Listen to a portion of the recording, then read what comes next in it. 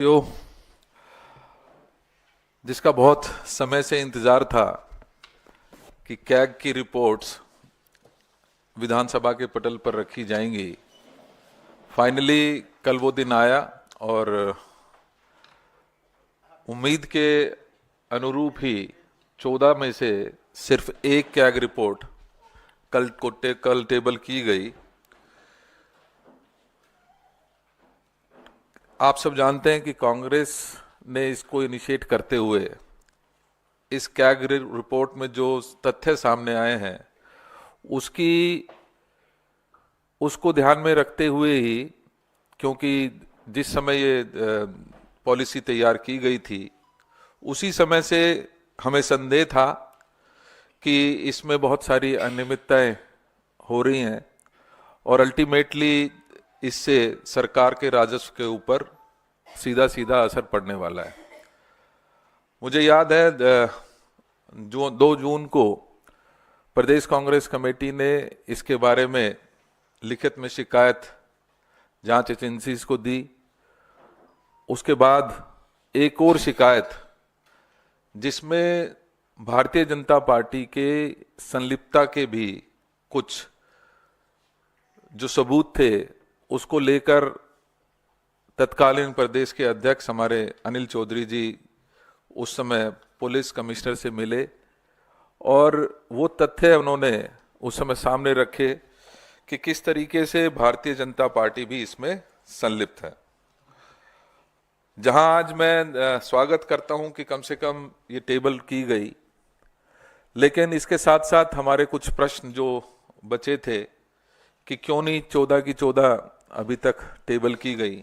हमें और आपको मालूम है 2017 के बाद लगातार जो हम अपने मंचों से, अपनी प्रेस ब्रीफिंग से लगातार जिस मुद्दे को उठाते रहे हैं कि दिल्ली की जनता की हार्ड एंड मनी का दुरुपयोग किया जा रहा है, उसकी लूट की जा रही है, उसको हम लगातार उठाते रहे और कहीं ना कहीं वही सारी चीजें आज कैग की रिपोर्ट में सच साबित होती नजर आ रही हैं। हम ये चाहेंगे कि ये सबसे पहले तो ये जो कैग की रिपोर्ट्स हैं इनको, क्योंकि पीएसी में डिस्कस होना बहुत ज़रूरी है, तो जल्दी से जल्दी एक समयबद्ध तरीके से ये पीएसी की फॉर्मेशन हो और उसमें इन रिपोर्ट्स को प्रॉपर तरीके से जांच की जा सके और आगे जिन लोगों ने इस लूट में संलिप्त थे उन लोगों को सजा मिल सके। हम ये चाहेंगे कि ये सरकार सुनिश्चित करे कि जल्दी से जल्दी पीएसी की कमेटी को फॉर्म करे और उसमें ये डिस्कशन हो। लेकिन इसके साथ साथ क्योंकि कई ऐसे पहलू हैं, हम और आप जानते हैं कि पीएसी की परंपरा ये रही है कि जो वैसे तो इसमें ऑपोजिशन के जो लीडर होते हैं वही उसको चेयर करते हैं, लेकिन दिल्ली में लगातार हमने देखा कि जो शासन में सरकार होती है वही इसको लीड करती है। तो कहीं ना कहीं जो ऐसे पहलू हैं जो इसमें डिस्कशन नहीं में आ पाएंगे, हम ये चाहेंगे कि कांग्रेस ये डिमांड करेगी कि उनको पब्लिक डोमेन पे भी चर्चा के लिए हम भारतीय जनता पार्टी और आम आदमी पार्टी दोनों को कहेंगे कि वो पब्लिकली इस रिपोर्ट को और अन्य जो रिपोर्ट्स आएंगी उनको चर्चा में जरूर लेकर आएं। कुछ महत्वपूर्ण बिंदु जो मैं अभी आपके सामने इसके बारे में बात करना चाहता हूं, डिटेल में भाई संदीप दीक्षित जी करेंगे, लेकिन मुझे ये लगता है कि ये जो ऑडिट रिपोर्ट है, आप सब जानते हैं कि 2017-18 से लेकर 2021 के बीच की इसमें सारे जो ऑडिट्स हैं वो उस समय के दौरान जो भी घटनाएं हुई हैं उसको इसमें चर्चा में आई है। लेकिन इसमें महत्वपूर्ण पहलू ये है कि महत्वपूर्ण पहलू विशेष रूप से भाजपा और उसके बड़े नेताओं और तत्कालीन उपराज्यपाल की भूमिका से जुड़े कुछ सवालात हैं जो नजरअंदाज इस रिपोर्ट में किए गए हैं। प्रमुख इसमें अनसुलझे जो प्रश्न है उसमें 1 वर्ष के भीतर 3 आबकारी निदेशकों को बदलने का निर्णय क्यों और किसने लिया। आप जानते हैं कि 3-3 जिस समय ये आबकारी नीति बन रही थी उस समय 3-3 कमिश्नरों को बदला गया। तो ये किसके आदेशों पर किया गया और ये निर्णय क्यों लिया गया? इसके साथ साथ दिल्ली में शराब के नए ब्रांड्स को बढ़ावा देने का काम की जांच जरूरी है। आप जानते हैं कि बहुत सारे ऐसे नए ब्रांड्स इस दौरान इन्होंने इंट्रोड्यूस किए जिसकी जांच बहुत जरूरी है। इसके साथ साथ केजरीवाल सरकार की लाई गई शराब नीति को लागू करने की अनुमति तत्कालीन उपराज्यपाल ने दी थी, फिर इस पर कोई जांच आज तक क्यों नहीं हुई है? मास्टर प्लान का उल्लंघन कर शराब के ठेके खोलने के लाइसेंस कैसे दिए गए, इस पर विस्तृत जांच करने की जरूरत है।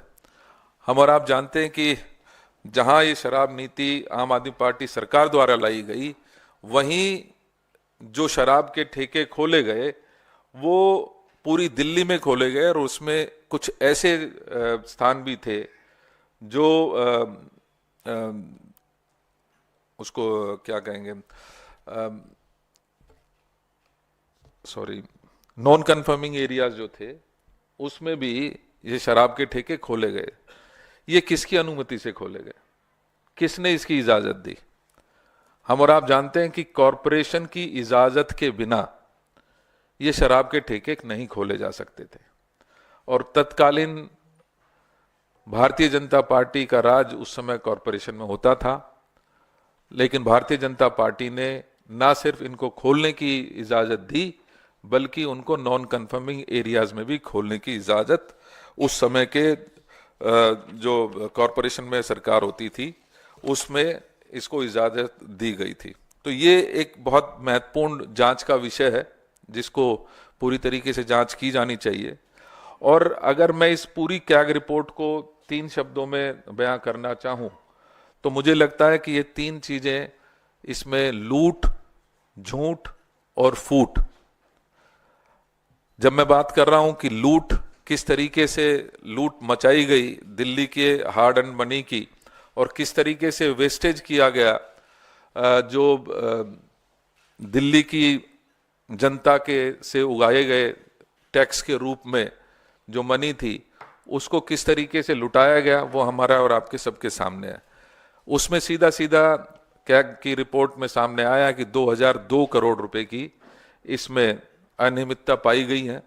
अगर यही 2002 करोड़ रुपए दिल्ली के राजस्व में आता तो निश्चित ही जो हमारी महिलाएं हैं जिनको पेंशन नहीं मिल रही थी उनको शायद पेंशन मिल पाती, उन बुजुर्गों को पेंशन मिल पाती या रोड के काम हो पाते। लेकिन कहीं ना कहीं इस आम आदमी पार्टी की सरकार ने लगातार दिल्ली की जनता को लूटने का काम किया। इसके साथ साथ लगातार ये दावे किए गए कि हम दिल्ली की जनता के लिए काम कर रहे हैं। जब मैं बात करता हूं झूठ की तो झूठे वादे इस आम आदमी पार्टी की सरकार ने लगातार करने का काम किया और वास्तविकता से बिल्कुल दूर आज कैग की रिपोर्ट में स्पष्ट हुआ है कि ये जो लगातार झूठ बोल रहे थे कि हम राजस्व बढ़ाने का काम कर रहे हैं, उसमें साफ तौर से 2002 करोड़ की जो ये लूट की झूठ है वो सबके सामने आई है।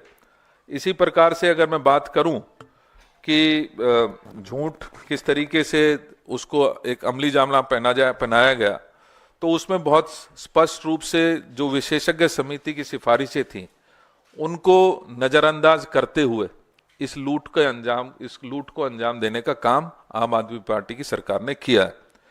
इसके साथ साथ अब साफ तौर से नजर आता है जिस तरीके से इस पूरे प्रकरण को लगातार आपसी नोक-झोंक में बीजेपी और आम आदमी पार्टी इस कैग की रिपोर्ट को सार्वजनिक होने के बाद चर्चा में लाने से जिस तरीके से बचने का काम कर रही है, ये आपसी फूट का नतीजा है, जिसकी वजह से आज कहीं ना कहीं हमें जो महसूस हो रहा है कि इस कैग की रिपोर्ट को विधानसभा के पटल पर रखने के पश्चात भी इसके ऊपर पूरी तरीके से चर्चा शायद नहीं हो पा रही है। कांग्रेस आज इस मौके पर 3 विशेष बात कहना चाहती है और कांग्रेस की ये मांगे भी हैं कि शराब घोटाले की जांच का दायरा व्यापक किया जाना चाहिए। और जब मैं व्यापक बात कर रहा हूं तो इसमें जो 3 डायरेक्टर्स उस दौरान चेंज हुए उनके बारे में चर्चा होनी चाहिए। चर्चा होनी चाहिए जिन शराब की कंपनियों को ये ठेके मिले, क्या उन्होंने भारतीय जनता पार्टी को और आम आदमी पार्टी को जिस तरीके से इलेक्टोरल बॉन्ड्स में पैसे देने का काम किया है, उससे स्पष्ट ये झलकता है कि इनकी संलिप्तता पहले से बनी हुई थी। इसके साथ साथ भाजपा के खिलाफ कांग्रेस द्वारा दी गई लिखित शिकायत की भी जांच होनी चाहिए। मैं जैसे अभी आपको सामने रखा कि 5 सितंबर 2002 को तत्कालीन जो हमारे प्रदेश अध्यक्ष थे उनके नेतृत्व में जो हमारा डेलीगेशन कमिश्नर पुलिस से मिला था, उसमें हमने ये सबूत पेश किए थे कि किस तरीके से इलेक्टोरल बॉन्ड खरीद कर भारतीय जनता पार्टी और आम आदमी पार्टी को फायदा पहुंचाया जा रहा है। उसके ऊपर किसी भी प्रकार की कोई जांच आज तक आगे नहीं बढ़ पाई है।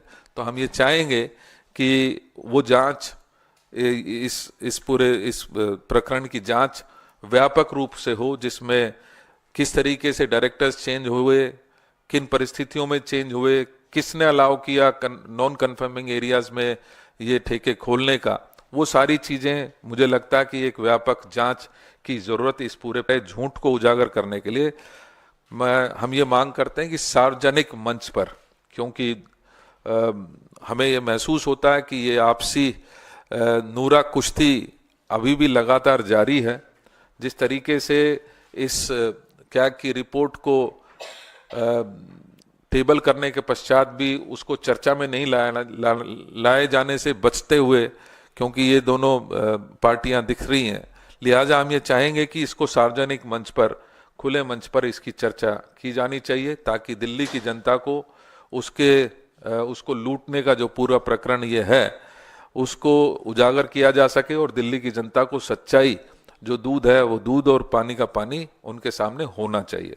तो ये 3 मांगों के साथ हम चाहेंगे कि इन सब पहलुओं को ध्यान में रखते हुए आगे की जांच हो और सार्वजनिक मंच पर इसकी चर्चा हो। आगे की डिटेलिंग, क्योंकि मैंने कहा था कि भाई संदीप दीक्षित जी अब आपके सामने और डिटेल्स के साथ रखेंगे। थैंक यू देवेंद्र भाई। पहले तो मैं देवेंद्र भाई की तरफ से, अपनी तरफ से सबको महाशिवरात्रि की बहुत बहुत शुभकामनाएं देता हूं। देवेंद्र भाई के बोलने के बाद असली में बहुत कुछ नहीं बचा है कहने को, क्योंकि सारे डिटेल्स रिपोर्ट में भी आ गए हैं। 3-4 बातें हैं जो मैं जोड़ना चाहूँगा आपने जो बातें कही उस पर, और जो सवाल अभी नहीं उठ रहे हैं और जिस पर मैंने देखा है कई लोग इस बात पर ध्यान भी नहीं केंद्रित कर रहे हैं। बहुत साफ तौर से इस सीएजी रिपोर्ट ने इन बातों को कहा है कि जिन मंशा के साथ, जिस स्पिरिट के साथ ये नीति शुरू में बनाने की बात हुई, बार बार अलग अलग कदमों पे उसको बदला गया। ये था कि ज़्यादा से ज़्यादा लोग इसमें भागीदारी करें, वो सिमट कर, जहां पहले 77 लोगों को इसमें भागीदार थे, होलसेल का काम करते थे, वो घट के 20-22 हो जाता है, बल्कि 14 हो जाता है। ये 14 ऐसी संस्थाएं हैं जो आपस में संबंध रखती हैं, कुछ इस देश के एक ऐसे हिस्से से आती हैं जहां संदेह की स्थिति बनती है कि वहां के राजनेता या उनके परिवार के लोग हमारी आपकी सरकार के साथ संबंध बनाकर चलते हैं। इन सब पर भी गहराई से बातचीत होनी चाहिए, क्योंकि जो बात हम लोगों ने कांग्रेस के मंचों से बार बार कही है कि शराब नीति के बनने के 8-9 महीने पहले से इसकी बारीकियां पब्लिक चर्चा में आ गई थी। ऐसा क्या है, ऐसी कौन सी कोई ऐसी आबकारी नीति नहीं है जिसकी बारीकियां उस नीति के बनने के पहले आम चर्चा में आ जाएं। और ये बहुत से लोग जो इस बात को जानते हैं, सरकारी अधिकारी इस बात को कह रहे थे कि आम चर्चा में इसलिए आ रहा था क्योंकि सरकार और शराब के ठेकेदारों के बीच में और उससे संबंधित लोगों के बीच में इस नीति का बार बार चर्चा हो रही थी, जो अपने में दिखाता है कि ये सरकार अपने विवेक से नहीं, बल्कि उनके और जो भी शराब के ठेकेदारों के बीच में संबंध बने थे उससे निकलते हुए जो इन दोनों के आत्महित थे, उसके ऊपर ये पूरी की पूरी नीति बनी है। और इस पर अलग से एक जांच होनी चाहिए। ये सिर्फ सीएजी रिपोर्ट, बार बार लोग कहते हैं, जैसे अभी कुछ लोगों ने कहा कि साहब सीएजी रिपोर्ट में सीधे सीधे भ्रष्टाचार का शब्द नहीं इस्तेमाल हुआ। सीएजी की रिपोर्ट में कभी भ्रष्टाचार का शब्द नहीं इस्तेमाल होता है। वो अनियमितताओं की तरफ दिखाती है, वो इस बात की तरफ संकेत करती है कि आपकी मंशा क्या थी और अंत में हुआ क्या, और उसके बीच में जो कहानी है वो सरकार और जांच एजेंसियों के ऊपर निर्भर पड़ता है कि उसके अंदर की सत्यता निकालें। मैं 3 चीजों के खास रेखांकित करना चाहूंगा जो बातें इन्वेस्टिगेट करनी चाहिए। सबसे पहले आम आदमी पार्टी की सरकार ये कहती है कि हम बोतल प्रति बोतल जो है अब हम एक्साइज नहीं लगाएंगे। उन्होंने ये कहा कि कुछ साल पहले से जिस तरीके से जिस स्तर पर एक्साइज कलेक्ट होता था हम उसी पर हर साल 5 या 10% बढ़ाकर एक मूल जो है हम लोगों से ले लेंगे। उसके बाद वो कितनी बोतलें बेचते हैं क्या नहीं बेचते हैं वो जाने, उनका काम जाने। पहली चीज तो जीएसटी के आने के बाद इस देश में इतनी टेक्नोलॉजी है कि जब एक एक लेस के चिप्स के ऊपर आप अलग से जीएसटी लगा सकते हैं, तो बोतलों के लिए आपने इस तरीके के अलग काम क्यों किया, यह संदेह की स्थिति बनती है। एक जमाना हो सकता था। दूसरा यह था, यही आम आदमी पार्टी बार बार कहती थी कि दिल्ली में 30 से 40% से ऊपर अवैध शराब बिकती है। यानी अगर हमारे यहां समझ लीजिए अगर 10,000 बोतलें बिकती थी तो यह माना जाता था कि 13 से 14,000 बोतलें बिक रही हैं, इसलिए 3 से 4,000 बोतलों का एक्साइज सरकार में नहीं आती है। तो फिर 10,000 बोतलों की सेल को क्यों हमने स्टैंडर्ड माना? इसका मतलब है इस सरकार ने 30 से 40% चोरी को एक लीगल सैंक्शन दे दिया कि अगर एक सिस्टम में 30 से 40% लीकेज है तो हम नई सिस्टम में 30-40% के लीकेज को भी लीगल मानेंगे। इसका मतलब है डेलिबरेटली इन्होंने अलाउ किया है होलसेलर्स को कि अपनी पहले की इलीगल एक्टिविटी को आज आप लीगैलिटी के नाम से आगे चलाएं। तो दिल्ली को 30 से 40% सीधे सीधे लॉस हो रहा है जो सीएजी रिपोर्ट में कवर नहीं हुआ है। फिर मैं एक और चीज जानना चाहता हूं कि अगर समझ लीजिए सामान्यतः आपकी इन्होंने एस्टिमेट किया है कि इतना परसेंटेज जो है हर साल एक्साइज बढ़ेगा, उस परसेंटेज को कैलकुलेट करने के लिए कोई बेसिस ये सरकार नहीं देती है।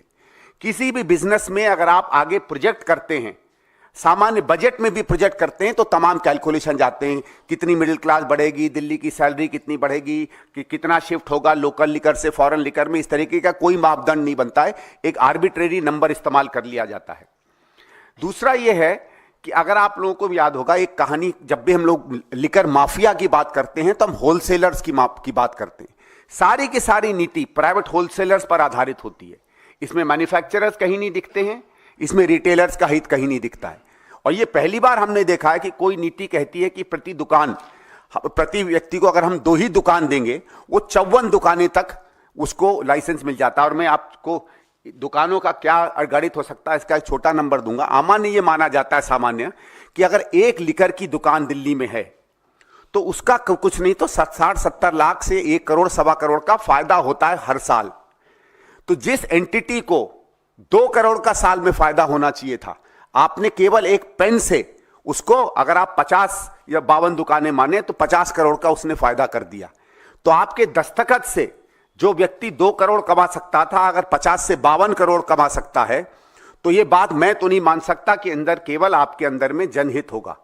आपके और उन लोगों के बीच में क्या संबंध हुए होंगे कि आपने केवल एक दस्तखत से, जो नीति के खिलाफ था, नैतिकता के खिलाफ था, सरकार के अधिकारियों ने जिस तरीके से प्रपोजल आपके पास भेजे उसके खिलाफ था, कैबिनेट में जो डिसीजन हुए उसके खिलाफ था, केवल एक दस्तखत से आपने लोगों को 2 से 54 दुकानें कर दी। ये किस बेसिस के अंदर किया गया, इसका सीधे सीधे इन्वेस्टिगेशन होना चाहिए।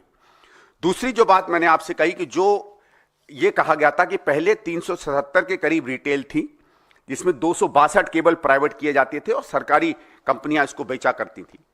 आज वो एक तरफ तो 850 के करीब रिटेल हो जाते हैं, लेकिन जहां पहले 262 के करीब प्राइवेट प्लेयर्स थे, आज केवल 22 प्राइवेट प्लेयर्स हो जाते हैं। और आर्ग्यूमेंट आप देते हैं कि हमें इसको बढ़ाना चाहिए था। आपको शायद याद होगा कि जब सीएजी की रिपोर्ट आई थी 2G पर, तो ये हमने एक मंशा की थी कि जितने ज्यादा प्लेयर्स उस मार्केट में आएंगे उतना ज्यादा ओपन होगा। उसके बिल्कुल विपरीत उस समय आम आदमी पार्टी ने कहा था, बिल्कुल दूसरे तर्ज दिए थे, और आज उसी तर्ज से वो एक अपनी रिपोर्ट बनाते हैं। तो इन चीजों को उसमें बहुत गंभीरता से देखना चाहिए। और जो एक फाइनल बात मैं आपके सामने कहना चाहता हूं, जो देवेंद्र जी ने एक अपने सवाल पर एक बात किया था कि किस तरीके से इसमें जो है कुछ ब्रांड्स को प्रमोट किया गया, उसमें एक स्टैंडर्ड ऑपरेटिंग प्रोसीजर की एक चिट्ठी है जो मैंने चुनाव के दौरान आप लोगों के सामने उल्लेख किया था, लेकिन चुनाव था तो शायद इसको बहुत लोग नहीं देख पाए।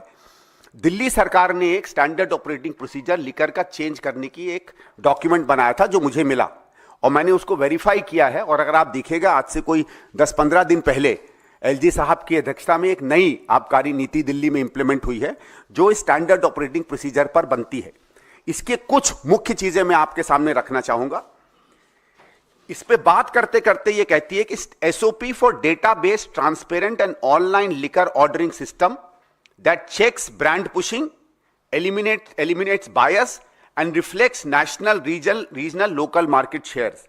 ये रिपोर्ट जो दिल्ली सरकार बनाती है, वो जब स्टडी करती है तो वो ये देखती है कि दिल्ली में अगर माना जाए कि दिल्ली में लोगों का जो लिकर ड्रिंकिंग का कल्चर है या जो प्रेफरेंसेस हैं, सामान्यतः माना जाएगा कि गुड़गांव है, नोएडा है या आसपास के जो शहर हैं जिसको हम एनसीआर कहते हैं, जिस तरीके की वहां प्रेफरेंसेस या आदतें होंगी, दिल्ली में भी सामान्यतः उसी तरीके का आपको कस्टमर मिलेगा।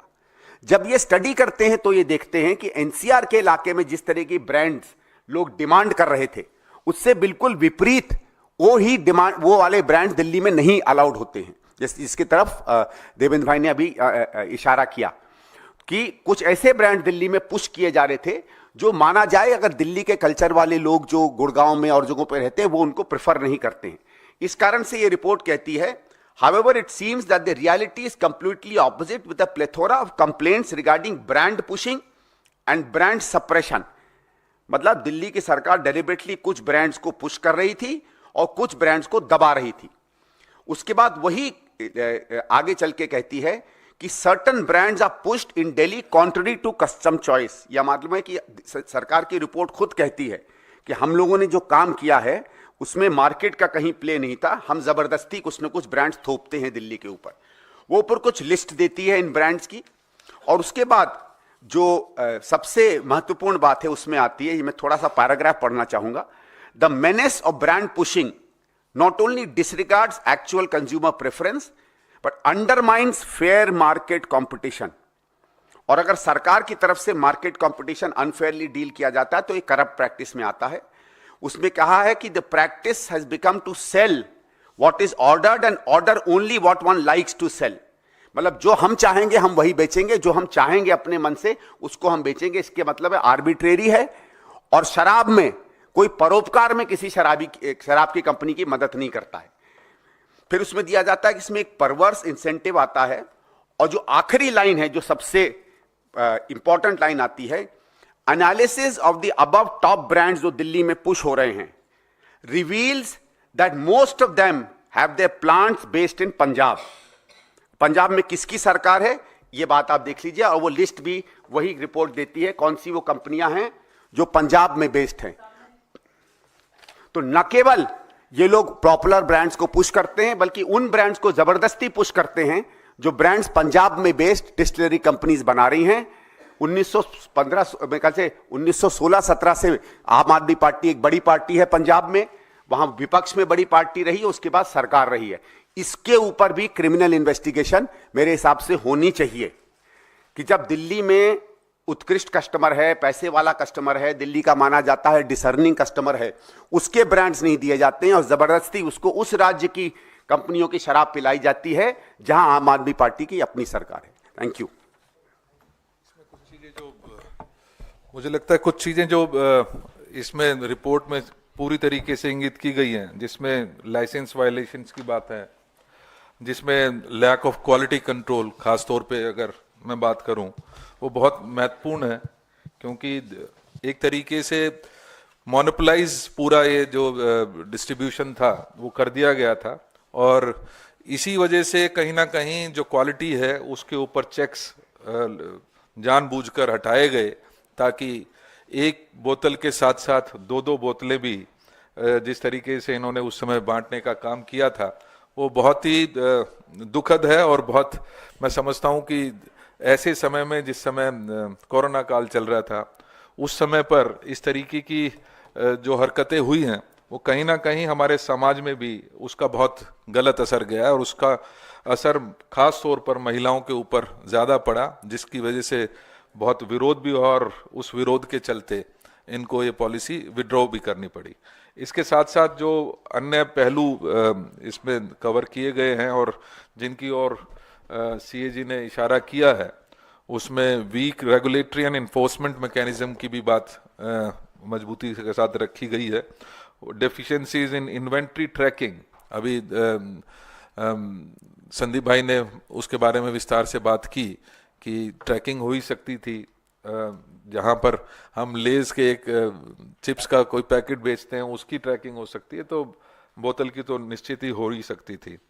तो ये कुछ ऐसी चीज़ें थी जो हमें लगता है कि इसमें अभी भी जांच की ज़रूरत है, और इसकी विस्तृत जांच जिसके दायरे में उस समय के तत्कालिक जो लेफ्टिनेंट गवर्नर भी थे, जिनके साइन से ये पॉलिसी लागू हुई, नॉन कन्फर्मिंग एरियाज में भी इन शराब की दुकानों को खोला गया, किसके इशारे पर खोला गया, क्यों रूल्स को बिल्कुल दरकिनार करके इन शराब की दुकानों को खोला गया, वो सारे पहलुओं के बारे में संदीप जी ने और हमने बात रखी है। हम चाहेंगे कि इसके ऊपर लगातार हम जो नए नए पहलू आएंगे उसके बारे में आपको फिर भी ब्रीफिंग करते रहेंगे। और जिस लेटर की मैं चर्चा कर रहा था 5/9 की, मैं वो आप सबके सामने दिखाना भी चाहता हूं, जिसमें हमने खास तौर पे ये ब्रांड्स की बात जो है वो रखी थी कि कौन कौन से ऐसे ब्रांड्स हैं जिनको लगातार पुश किया जा रहा है और उनके लिंक्स कहाँ पर हैं। उसकी जांच आज तक भी पेंडिंग है। ये पुलिस कमिश्नर के यहाँ पर 5/9/2022 को हमारा रिप्रेजेंटेशन गया था, लेकिन आज तक उसके ऊपर कोई कार्रवाई नहीं हो पाई है। Thank you.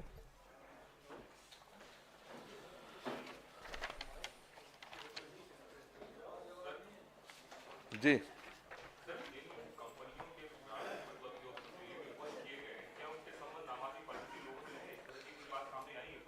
देखिए दोनों बातें हैं। जहां पंजाब की कुछ कंपनीज की जिक्र उसमें किया गया था, और मैं कहना चाहता हूं ओएसिस ग्रुप की जो कंपनी थी उसकी ओर हमने इशारा उस समय किया था। इसके साथ साथ जो सोम ग्रुप ऑफ कंपनीज हैं मध्य प्रदेश की, जिन्होंने लगभग 2 करोड़ रुपया उस समय भारतीय जनता पार्टी को इलेक्टोरल बॉन्ड्स के रूप में दिए थे, उसके साक्ष्य हमने उस समय प्रोवाइड किए थे। तो ये कुछ ऐसी चीजें हैं जो फर्दर जांच के घेरे में आने की जरूरत है। इससे अलग पहले इस पे कर लें। है सर, आम आदमी पार्टी से रिलेटेड ही। सर यही सवाल है। ये जो आप विस्तृत जांच की मांग कर रहे हैं, क्योंकि केंद्र में बीजेपी की सरकार है, और किस तरह की विस्तार से जांच की मांग आप कर रहे हैं, कौन सी जांच मांग रहे हैं आप? हमने बहुत विस्तार से आपके बारे में इस सारे के बारे में चर्चा की, और सीएजी रिपोर्ट क्लियरली ये कहती है कि डिस्ट्रीब्यूशन के बारे में और जो लॉसेस थे उसके बारे में इन्होंने चर्चा की है।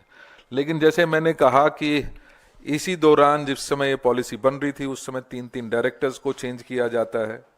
नॉन कन्फर्मिंग एरियाज में शराब की दुकान खोलने की इजाजत मिलती है। ये सारे ऐसे पहलू हैं, या जो ब्रांड्स हैं, पर्टिकुलर ब्रांड्स जिनको पुश किया जा रहा है, वो किसके इशारे पर किया जा रहा था, कौन कौन उसमें संलिप्त थे, वो सारी चर्चाएं के ऊपर हम चाहते हैं विस्तार से जांच की जानी चाहिए।